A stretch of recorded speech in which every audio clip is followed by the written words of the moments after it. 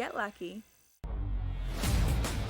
The Pirates use that thing, Joe. It's like once every 15 years, we'll hope for the perfect storm with lightning in a bottle, then we'll try to rebuild it again. Enough, man. In this day and age, with the prospects that you can certainly have by stinking every year and top-flight talent like you see in Paul Skeens, it's just a shame, and it gets on my nerves. Like, for me, being a Phillies fan, I think it's hilarious. Like, I never want Pittsburgh to be good. Why? Not because it's a rivalry. It's just a team you don't have to worry about in the playoffs, and your team can make the playoffs. The Early Line, only on SportsGrid. The NFL has ruined the concept of trade requests. It's not real. It's just a negotiating tactic. I'd appreciate reporters changing the language, because in the NBA, when a player requests a trade, they get dealt. In the NFL, nobody actually thinks it matters. If Jacoby Myers is going to buck that trend, and if Jacoby Myers is going to get traded, we'll see where he goes. Game time decisions, only on SportsGrid. Hopefully starting in 2027, where I think the schedule could just completely get blown up, which would be so exciting for the fans, the players. So there's interesting things that I've heard that that would be like one of the first things that could say that people are talking about, and that things could really get changed up a little bit. The Smiley Show, only on SportsGrid.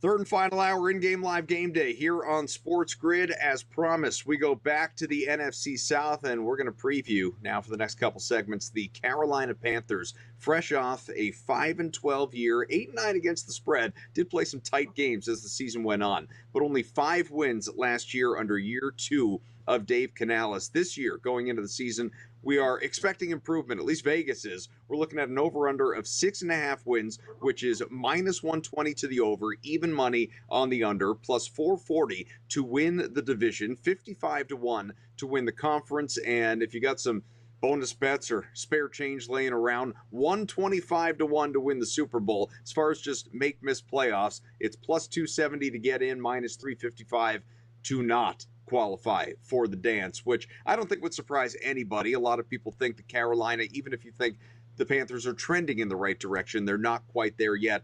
But you've heard from me, Adam Kaufman. You've heard from Brady Cannon. Let's bring in our guest who covers all things Charlotte sports, including the Carolina Panthers, covers the team for the Associated Press, Steve Reed. He is on Twitter at Steve Reed AP. Steve, beautiful day out there. Welcome to the program.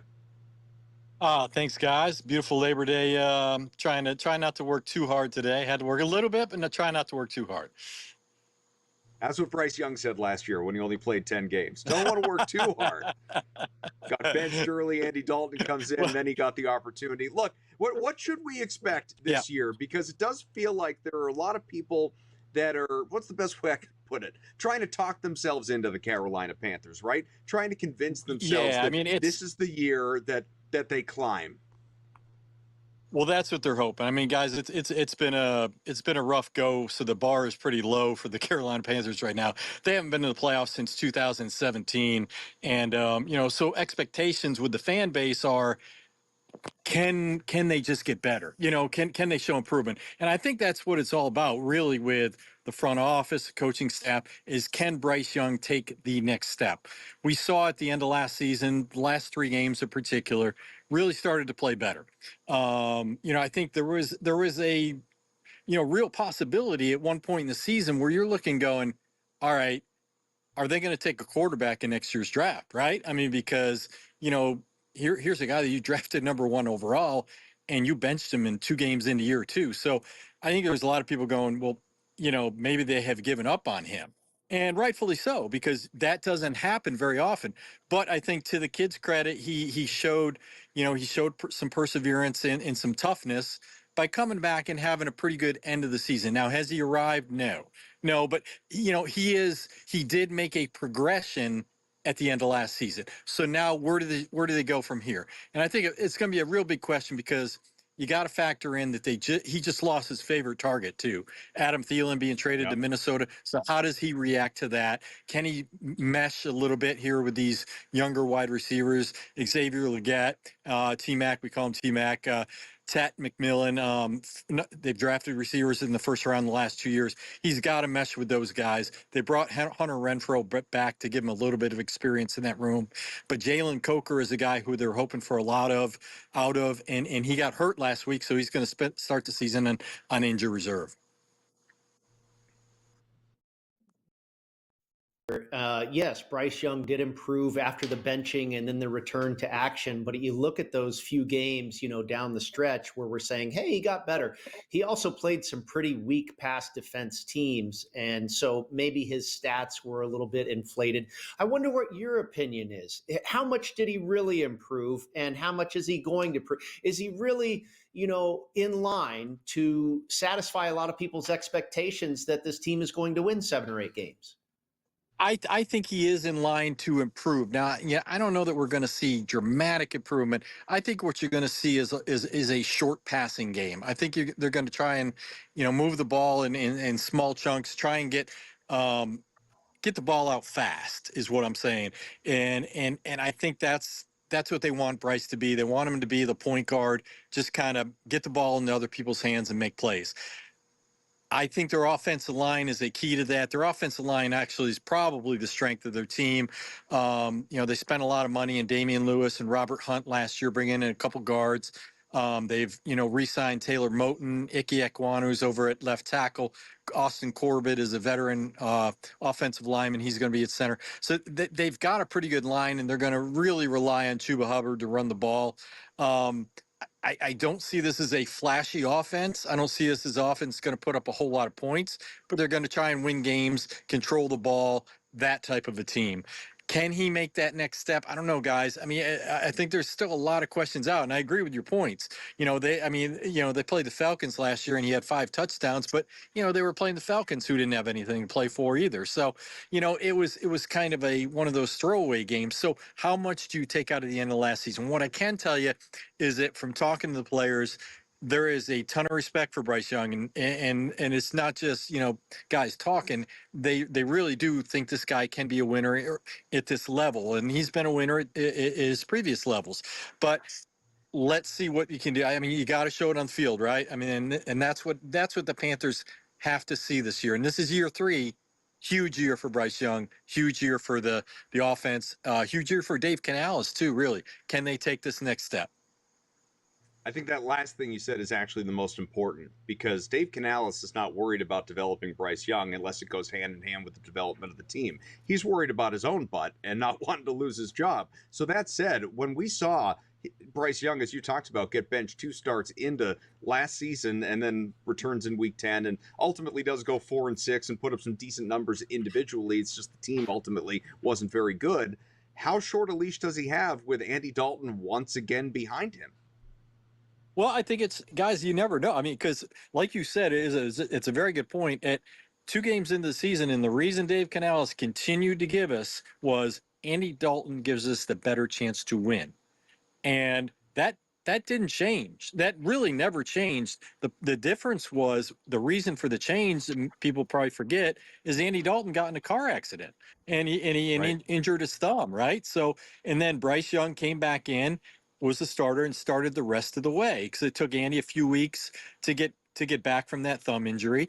And then by that time, Bryce had started to show a little bit of promise. So, if Andy Dalton doesn't get in the car wreck, where is this team right now? Could he have still been the quarterback? Could Bryce Young have been out of town? Very possibly, but it's funny the way things work. And he, as we said, he showed improvement down the stretch. Can he take it to the next level? It's such a big question mark going in this year. Steve, the offseason saw the Carolina Panthers add a few skill position players. Travis Etienne, drafted out of Georgia in the draft. But for the most part, this was very much defensive oriented. And that was a side of the ball that was a big weak point in 2024. Yeah. How has it looked to you so far in camp? Are they definitely improved on defense? Yeah, I think definitely better, and I'm going to say yeah, they're improved because I don't think they can get much worse. I mean, that was horrible last year. They had 1 points a game, 31 points a game, guys, over 17 Ooh. games. It was historically bad. The run defense was horrible. They gave up 5.2 yards per carry. They gave up, I think it was actually 180 something yards per game on the ground on average. So they were getting Wow. diced up, sliced up, and it was a horrible defense. Now, in addition to some of the guys that they brought in, one of the big keys in improvements that they'll have this year is Derek Brown is back. And Derek Brown is, a defensive end in the 3-4 set. He had 103 tackles the year before, which was the most ever by an NFL defensive lineman. So he's going to be a big help for them defensively. More thoughts on the way with Steve Reed from the Associated Press.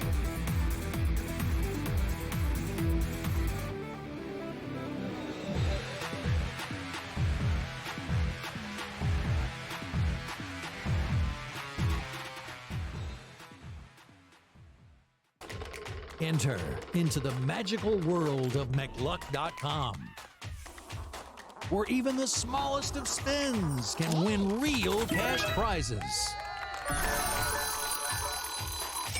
Adventure into over 1,000 of the best Vegas-style slot games. So what are you waiting for? Unlock your free welcome offer today. Join the fun where winners play and players win.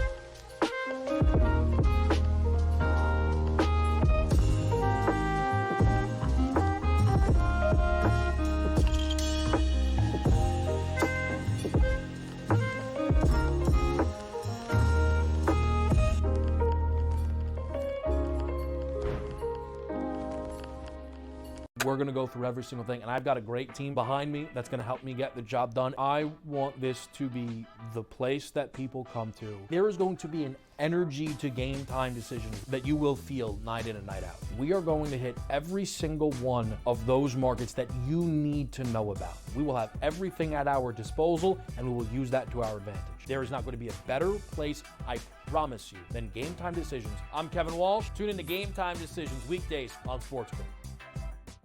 The game is on. The stakes are high. But the action isn't just on the field. He's rearranging that rim. Get it inside! SportsGrid's in-game live. Your ultimate second screen experience. A little flyer, couple of 15.5-point live line. Every prop, every play, every day. Anything can happen. That's complete chaos. It's smarter to be on SportsGrid.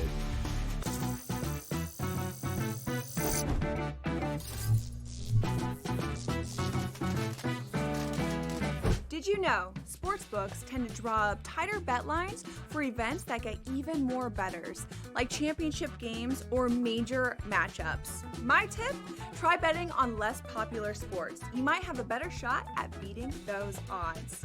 Now, go get lucky. See you in Las Vegas. Let's get lucky.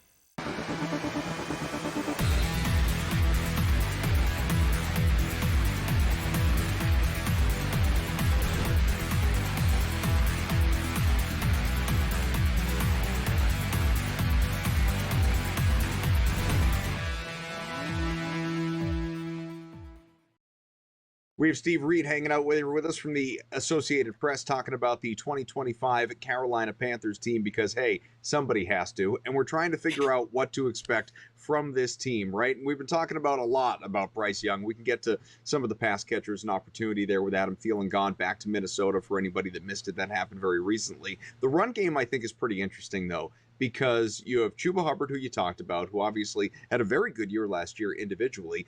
Rico Dowdle, I was very surprised to see sign on for, at best, probably a timeshare opportunity coming off of a 1,000+ yard rushing season with Dallas, a terrible team last year. So he took advantage of an opportunity that he was given with Ezekiel Elliott disappointing, but even still, he did cash in on it. And so now the South Carolina product finds himself a little bit closer to home, I guess. And then, as Brady mentioned, you have Trevor Etienne out of Georgia. So there's a lot of talent back there, or a lot of ability back there. But what does it ultimately look like when week 1 rolls around this weekend? Well, there's no doubt. I mean, Chuba's the number one guy. He's going to get the bulk of carries. He's going to get the bulk of receptions. He is going to be the guy that they're going to lean on. Don't think any other way. I mean, he is going to be the guy. The question is, where does the rest of the carries go? So when they take Chuba out in Series 3, Series 4, is it Dowdle or is it Etienne? I think that's still kind of up in the air. I think they're going to start out with Dowdle, and I think at some point try to work Etienne in and see what he's got. But I think Dowdle starts as the number 2, but I think that's very, very, very fluid. I think they want to see what Etienne is going to do. They would like him to kind of take that role because, last year they drafted Jonathan Brooks in the 2nd round, and Brooks was going to be the next running back in Carolina.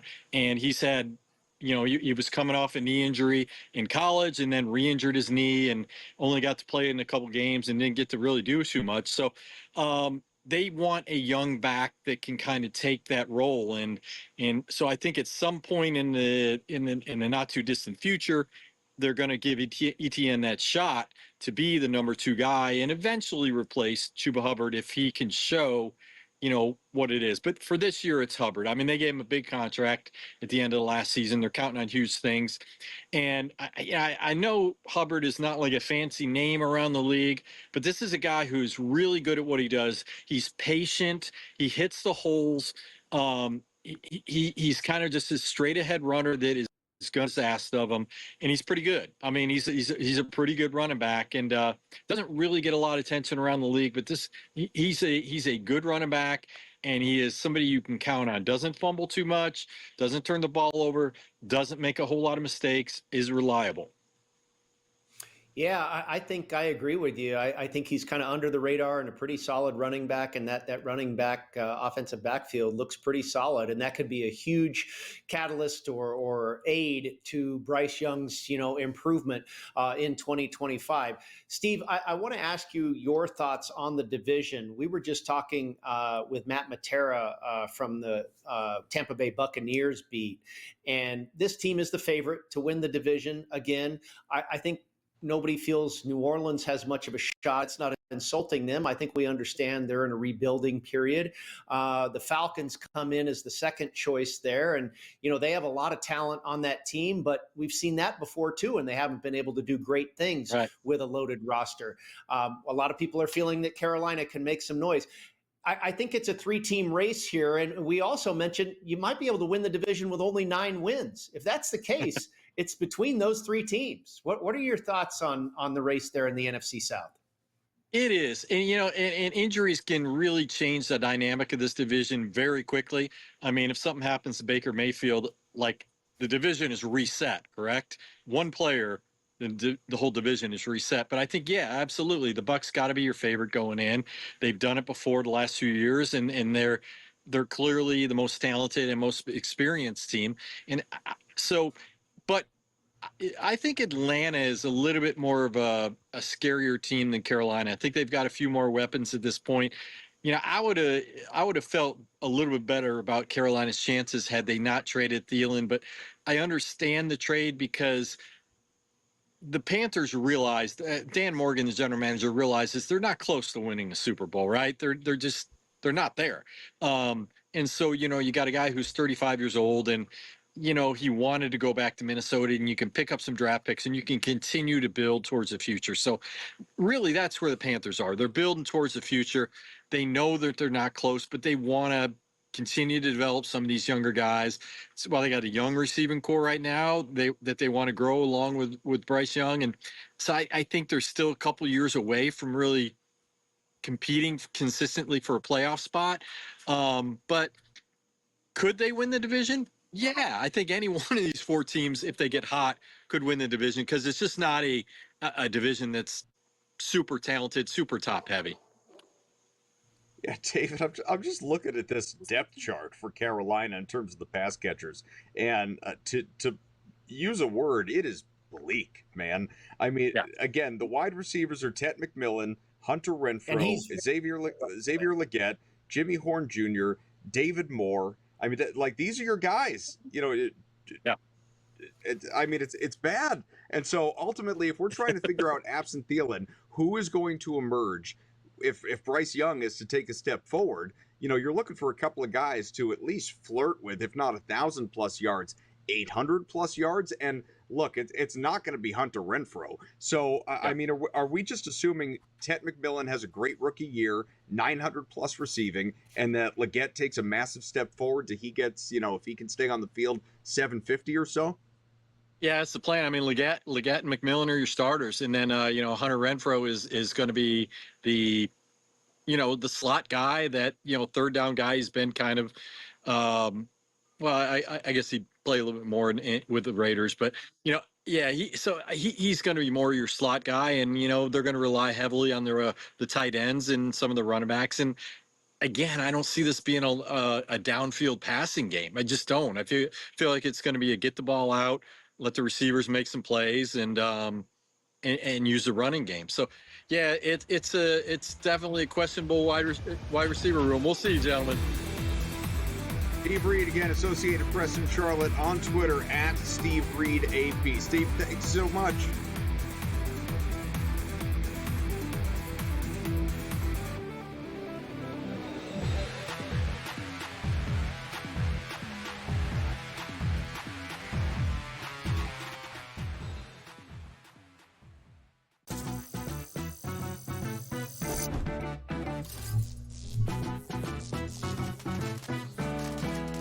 Playing online blackjack and want to try upping your odds? Well, here's a tip. Cheat cards tell you statistics for whether you hit or stand on every move. If you're into stats, this could be your ticket to winning. And it is totally legal. Now, go get lucky. See you in Las Vegas. Let's get lucky. The Pirates use that thing, Joe. It's like once every 15 years, we'll hope for the perfect storm with lightning in a bottle, then we'll try to rebuild it again. Enough, man. In this day and age, with the prospects that you can certainly have by stinking every year and top-flight talent like you see in Paul Skeens, it's just a shame, and it gets on my nerves. Like, for me, being a Phillies fan, I think it's hilarious. Like, I never want Pittsburgh to be good. Why? Not because it's a rivalry. It's just a team you don't have to worry about in the playoffs, and your team can make the playoffs. The Early Line, only on SportsGrid. The NFL has ruined the concept of trade requests. It's not real. It's just a negotiating tactic. I'd appreciate reporters changing the language, because in the NBA, when a player requests a trade, they get dealt. In the NFL, nobody actually thinks it matters. If Jacoby Myers is going to buck that trend, and if Jacoby Myers is going to get traded, we'll see where he goes. Game time decisions, only on SportsGrid. Hopefully starting in 2027, where I think the schedule could just completely get blown up, which would be so exciting for the fans, the players. So there's interesting things that I've heard that that would be like one of the first things that could say that people are talking about, and that things could really get changed up a little bit. The Smiley Show, only on SportsGrid.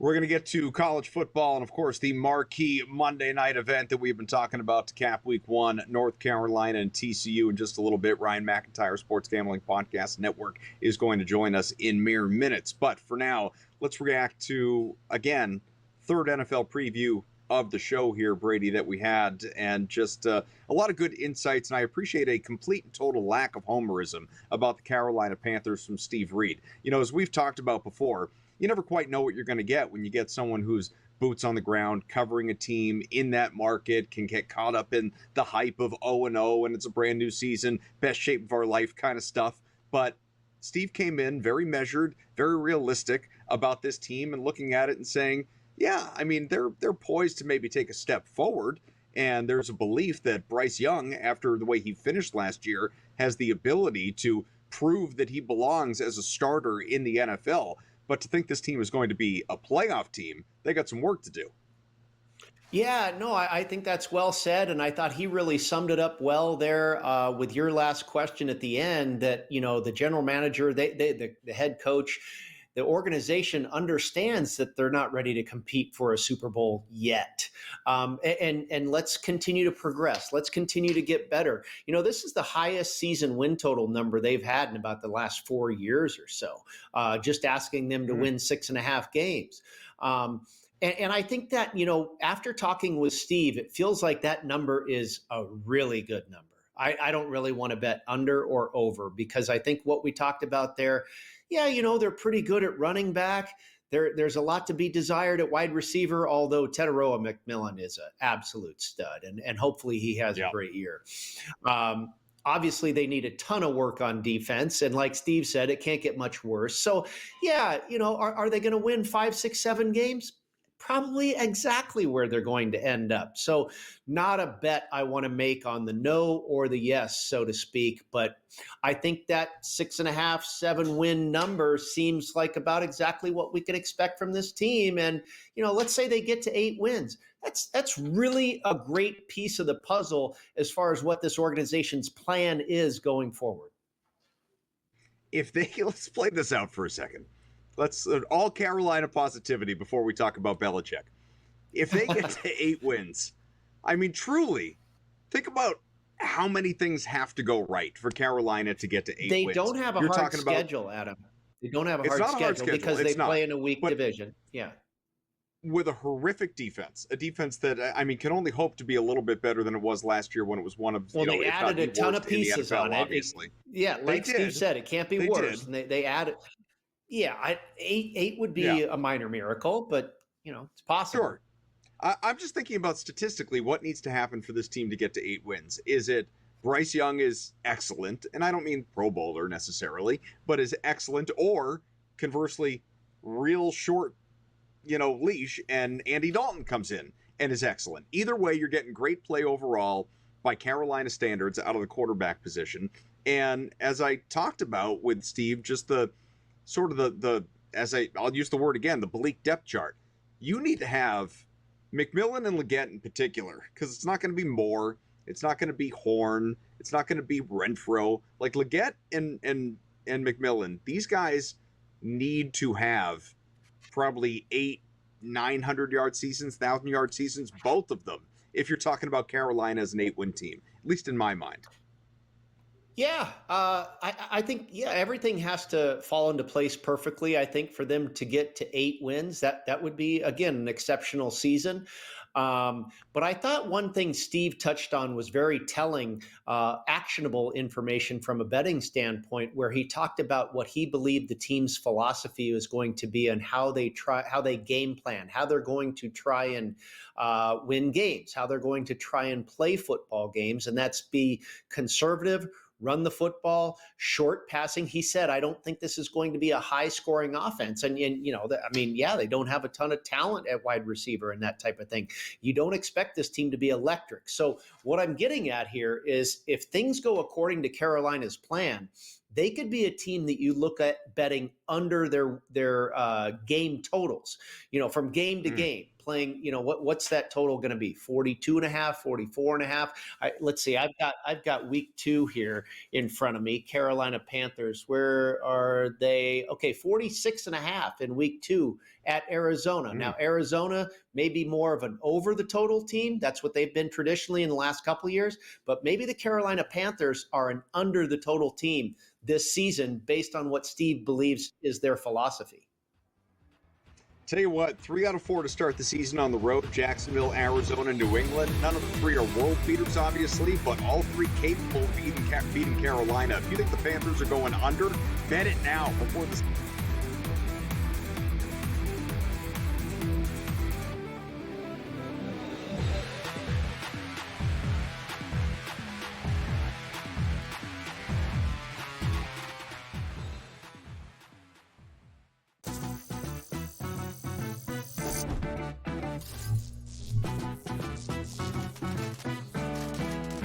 playing online blackjack and want to try upping your odds? Well, here's a tip.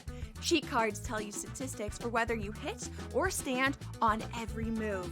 If you're into stats, this could be your ticket to winning. And it is totally legal. Now, go get lucky. See you in Las Vegas. Let's get lucky. The Pirates use that thing, Joe. It's like once every 15 years, we'll hope for the perfect storm with lightning in a bottle, then we'll try to rebuild it again. Enough, man. In this day and age, with the prospects that you can certainly have by stinking every year and top-flight talent like you see in Paul Skeens, it's just a shame, and it gets on my nerves. Like, for me, being a Phillies fan, I think it's hilarious. Like, I never want Pittsburgh to be good. Why? Not because it's a rivalry. It's just a team you don't have to worry about in the playoffs, and your team can make the playoffs. The Early Line, only on SportsGrid. The NFL has ruined the concept of trade requests. It's not real. It's just a negotiating tactic. I'd appreciate reporters changing the language, because in the NBA, when a player requests a trade, they get dealt. In the NFL, nobody actually thinks it matters. If Jacoby Myers is going to buck that trend, and if Jacoby Myers is going to get traded, we'll see where he goes. Game time decisions, only on SportsGrid. Hopefully starting in 2027, where I think the schedule could just completely get blown up, which would be so exciting for the fans, the players. So there's interesting things that I've heard that that would be like one of the first things that could say that people are talking about, and that things could really get changed up a little bit. The Smiley Show, only on SportsGrid.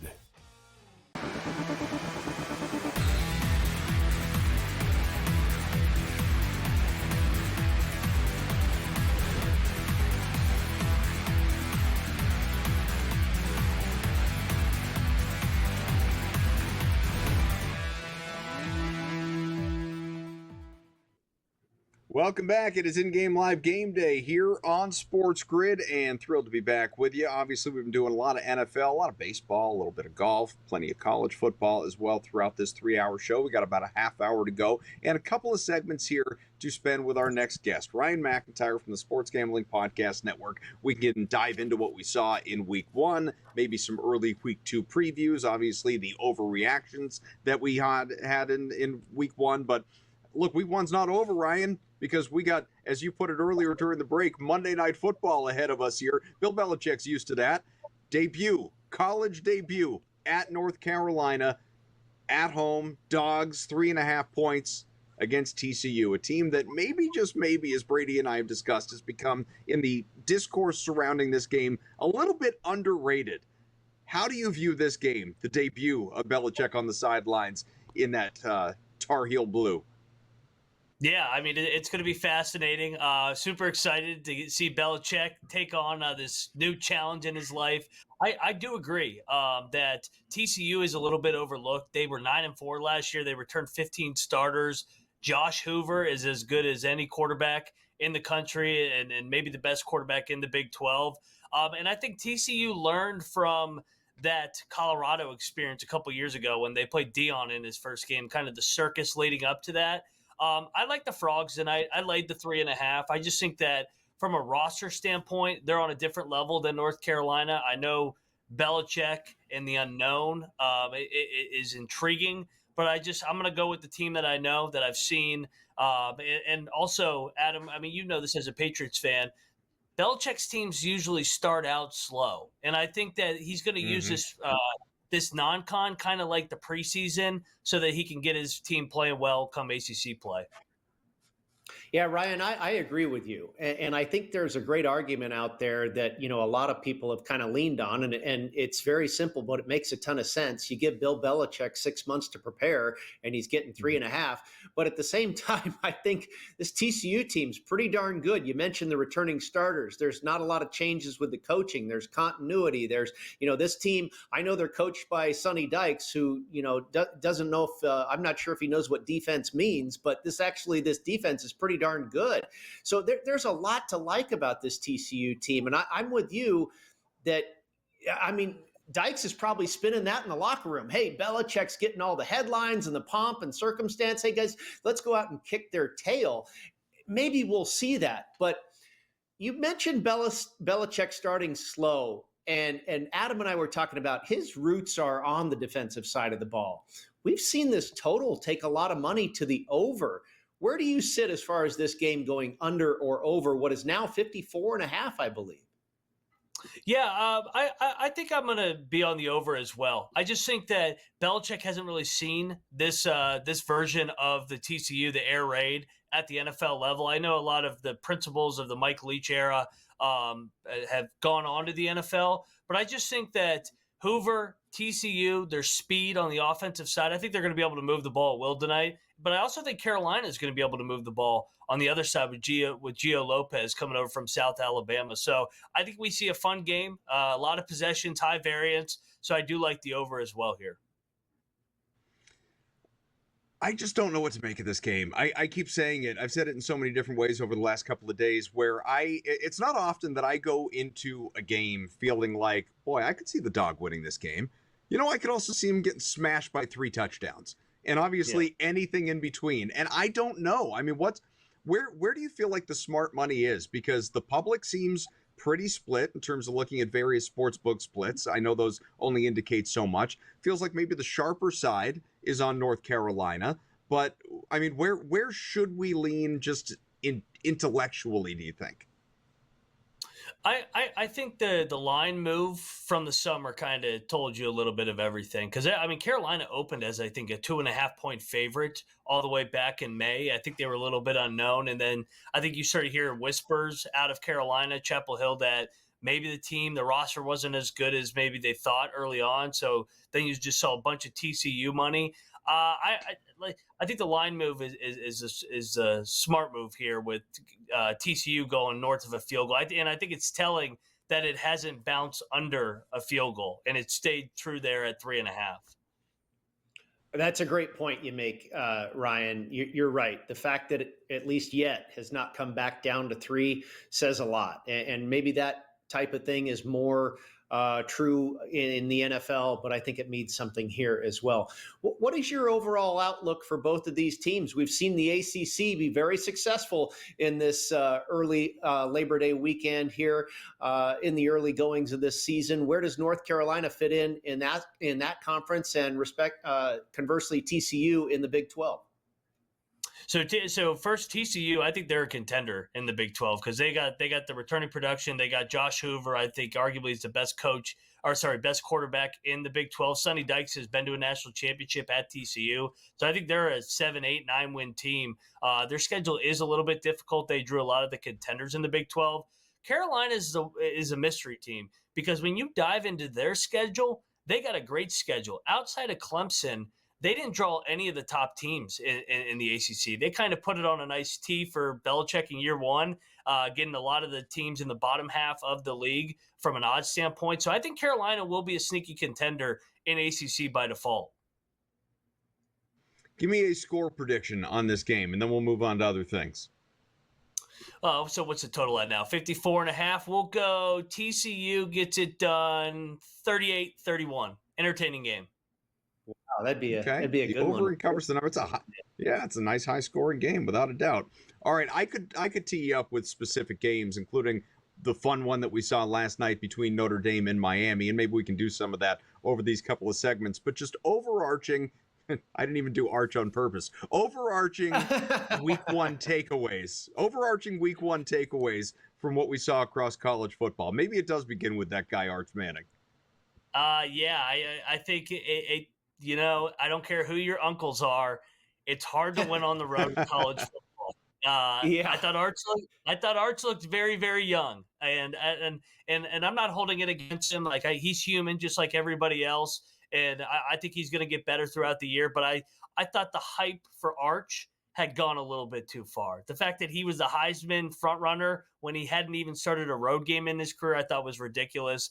And I thought LSU also stole the headlines as well going into the other Death Valley, and Brian Kelly and his family finally winning an opener for LSU. And then, of course, Florida State just completely taking it to Alabama, controlling the line of scrimmage, dominating that game. The DeBoer era is getting interesting quick. I agree with you, Ryan. I thought that Florida State was maybe the most impressive effort I saw. And Arch Manning, he's going to be fine. We know he has a ton of talent. And going into the Horseshoe, the home of the defending national champion, against that defense, yeah, that's a pretty tough situation. Not necessarily surprising, the result of that game. Clemson, LSU, a lot of people liked Clemson there. I get that. I think, again, Florida State, they were 14-point underdogs, maybe 14 and a half, whatever. And what do you, I mean, I don't know if you were included in this group, but a lot of people were really high on Alabama coming into the season. Do you kind of back off of that position at this point? So I did have Florida State getting the 14, but I also am high on Alabama in the year. I have them in my national championship. I don't know how good I feel about that right now, but I was really concerned at how they kind of got whipped up front. I mean, Florida State just ran the ball right down their throat. It felt like the Vanderbilt game when they just ran the ball right down Alabama's throat. I haven't seen Alabama get punched in the mouth like they have consistently over these last 10 games ever. So it's a little concerning. 5-5 in their last 10 games and 4 unranked losses already in the DeBoer era. Wow. Yeah, not great. Listen, I mean, only a couple years ago, Michigan reminded us that you can win a national championship with a so-so at best quarterback. So there's hope for Ty Simpson yet. Stay with us. Ryan McIntyre hanging out from the College Experience Sports Gambling Podcast Network. We'll be back.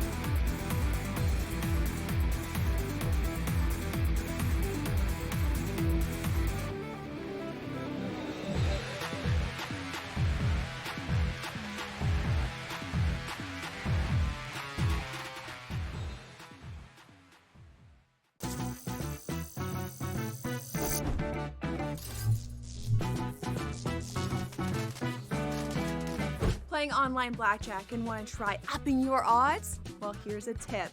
Cheat cards tell you statistics for whether you hit or stand on every move. If you're into stats, this could be your ticket to winning. And it is totally legal. Now, go get lucky.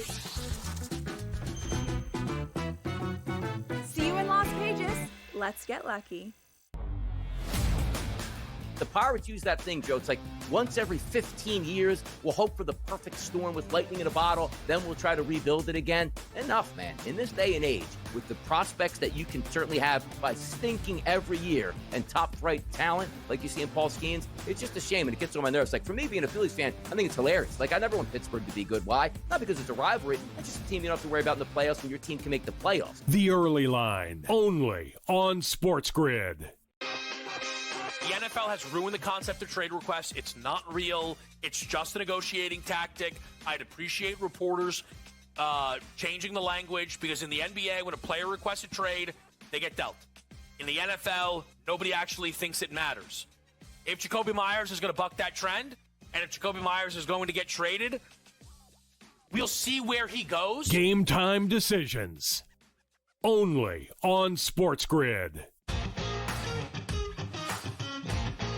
Hopefully starting in 2027, where I think the schedule could just completely get blown up, which would be so exciting for the fans, the players. So there's interesting things that I've heard that that would be like one of the first things that could say that people are talking about, and that things could really get changed up a little bit. The Smiley Show, only on SportsGrid.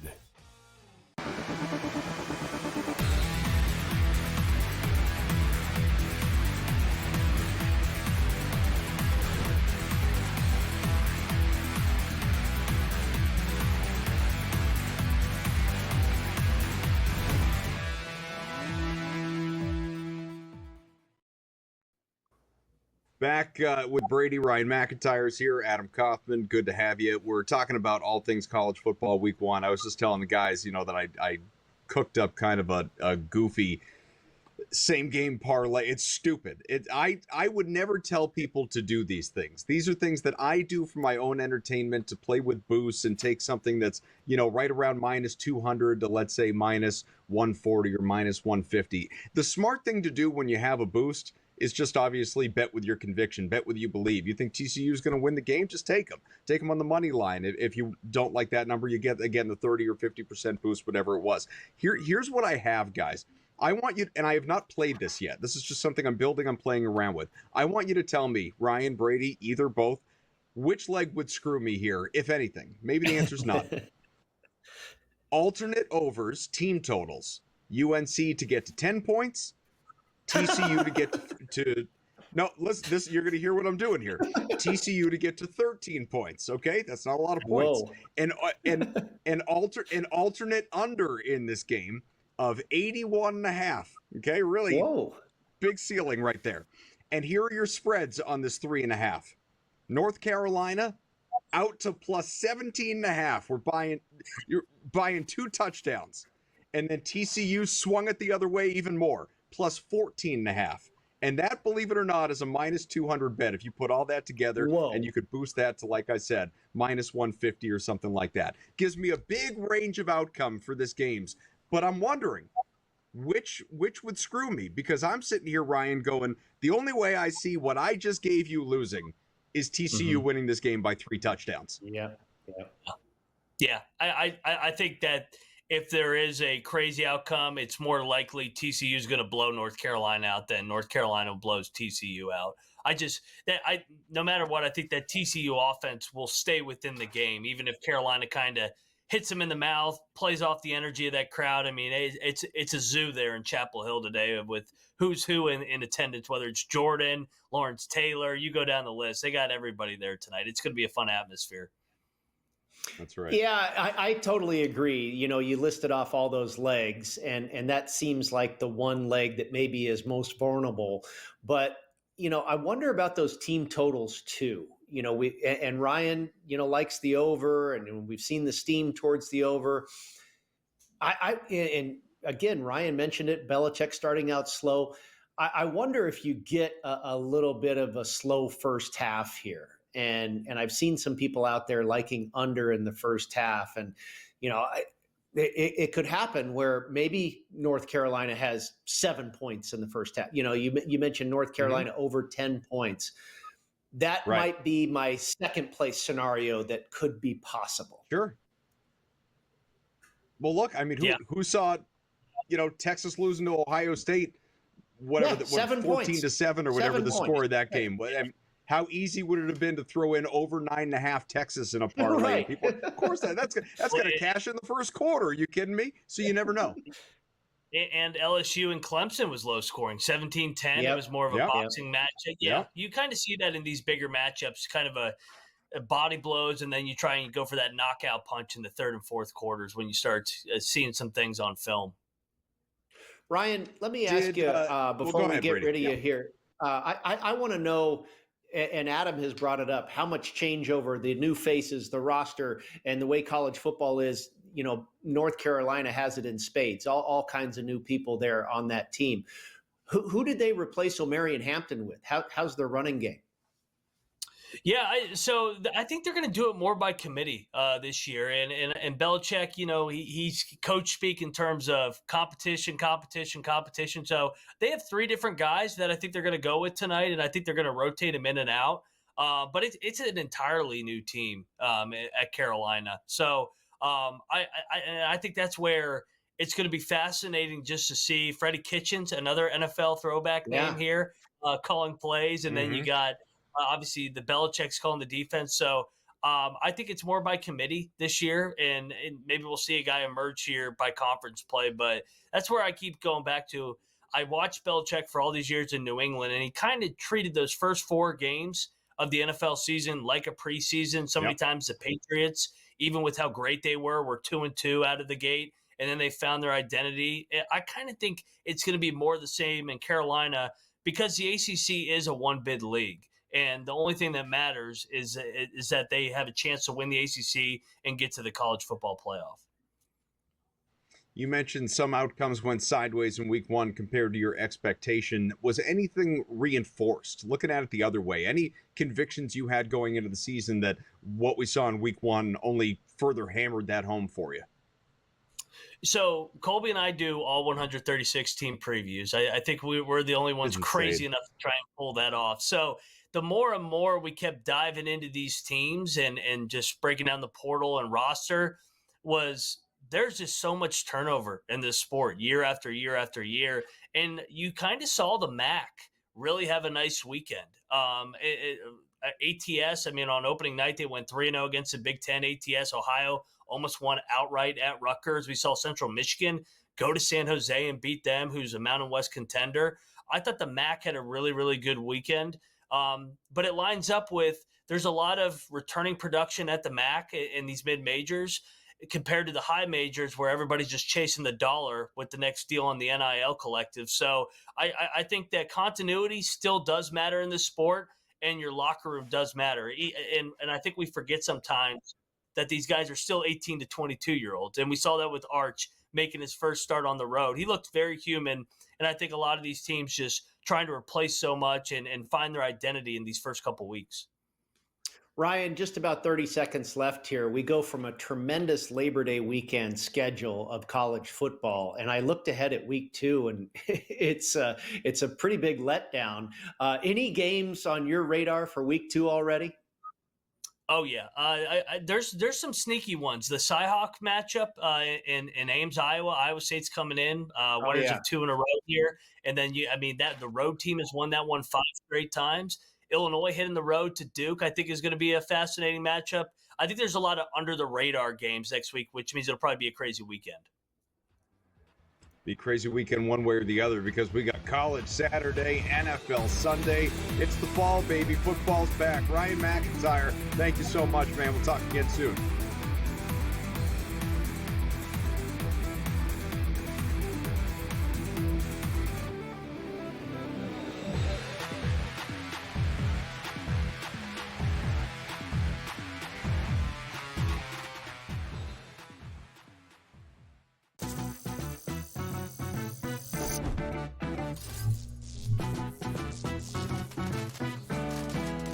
Playing online blackjack and want to try upping your odds? Well, here's a tip. Cheat cards tell you statistics for whether you hit or stand on every move. If you're into stats, this could be your ticket to winning. And it is totally legal. Now, go get lucky. See you in Las Vegas. Let's get lucky. The Pirates use that thing, Joe. It's like once every 15 years, we'll hope for the perfect storm with lightning in a bottle, then we'll try to rebuild it again. Enough, man. In this day and age, with the prospects that you can certainly have by stinking every year and top-flight talent like you see in Paul Skeens, it's just a shame, and it gets on my nerves. Like, for me, being a Phillies fan, I think it's hilarious. Like, I never want Pittsburgh to be good. Why? Not because it's a rivalry. It's just a team you don't have to worry about in the playoffs, and your team can make the playoffs. The Early Line, only on SportsGrid. The NFL has ruined the concept of trade requests. It's not real. It's just a negotiating tactic. I'd appreciate reporters changing the language, because in the NBA, when a player requests a trade, they get dealt. In the NFL, nobody actually thinks it matters. If Jacoby Myers is going to buck that trend, and if Jacoby Myers is going to get traded, we'll see where he goes. Game time decisions, only on SportsGrid. Hopefully starting in 2027, where I think the schedule could just completely get blown up, which would be so exciting for the fans, the players. So there's interesting things that I've heard that that would be like one of the first things that could say that people are talking about, and that things could really get changed up a little bit. The Smiley Show, only on SportsGrid.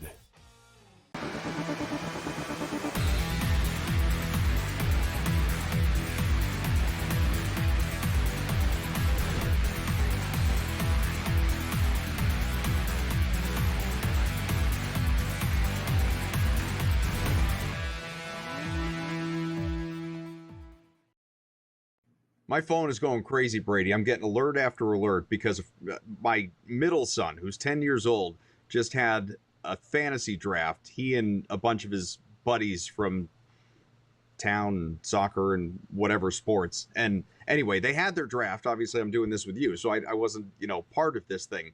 But it's linked to my account. So my email now is going crazy as he's offered trades and declining trades. And it's like, guys, you just had your draft. Season starts on Thursday. Feel it out.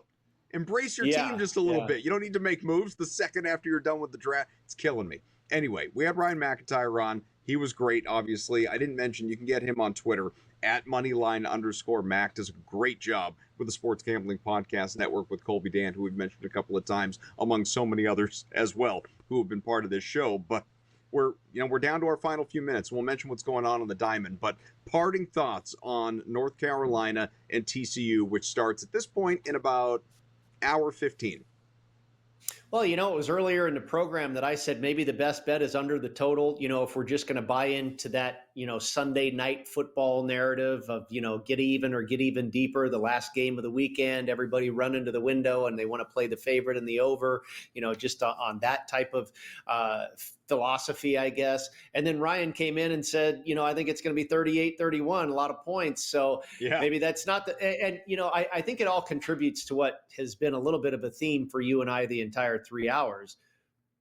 I don't know if either one of us has a great feel for what's going to happen in this game. I think I've kind of changed my tune rather than playing under the total. And I wanted to talk to Ryan because we know he's absolutely a college football expert. I like what he had to say about TCU and laying the 3.5. I think that's probably what I feel most convicted about at this point. And it goes hand in hand with the situation too. Bill Belichick getting all the headlines, all the pomp and circumstance and yada, yada, yada. And meanwhile, TCU's going, hi, we're right here. We're the better team. And again, moving that point spread, way back when, I didn't even know Carolina was a favorite. Ryan mentioned that. But it was 2.5 in favor of TCU, now to 3.5. And the fact that hasn't come down yet back to 3, I think that speaks pretty loudly. So that's where I feel right now. And you, I know, are getting creative with all these legs, and that's fun. If I was just going to make one bet at this point, a minute ago, I said maybe the under on the total. Okay, I don't necessarily feel bad about that. But I think I like TCU laying the points as maybe my best position at this point. Yeah, I'll illustrate it this way. And you alluded to as much when talking about me earlier. I think you projected it correctly. It's heart head.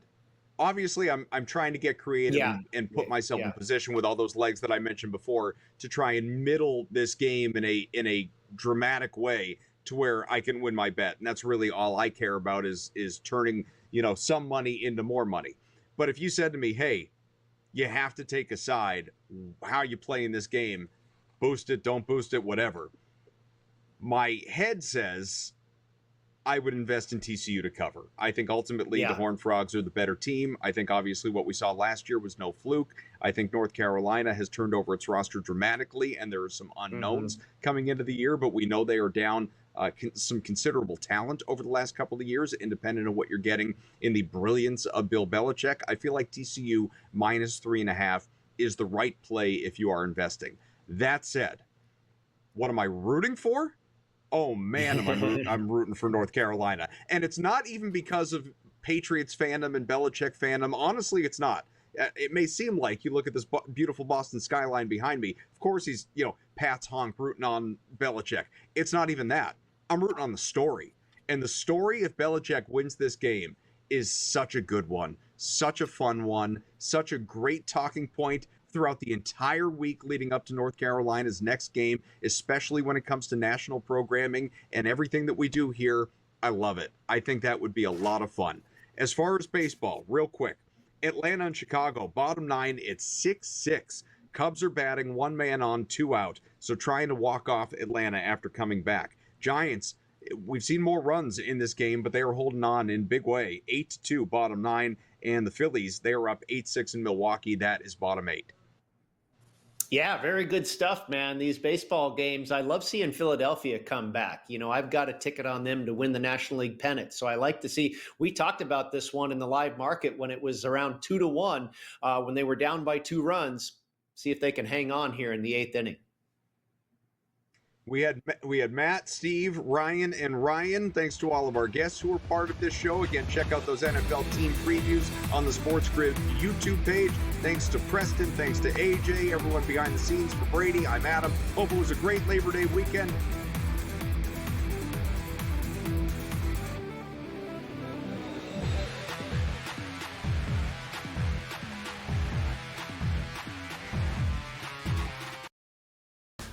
NFL's heaviest player in history cut by Tampa. His name was Desmond Watson. Did you see any, like, the highlights? His highlights were walking up and down the field as opposed to doing gassers, and that's how he was supposed to lose weight, Joe. How about that? They really tried to get the guy. I mean, they really did. They put a lot of energy and effort trying to get this guy underweight and athletic enough to make a difference, but he just couldn't do it. The Early Line, only on SportsGrid.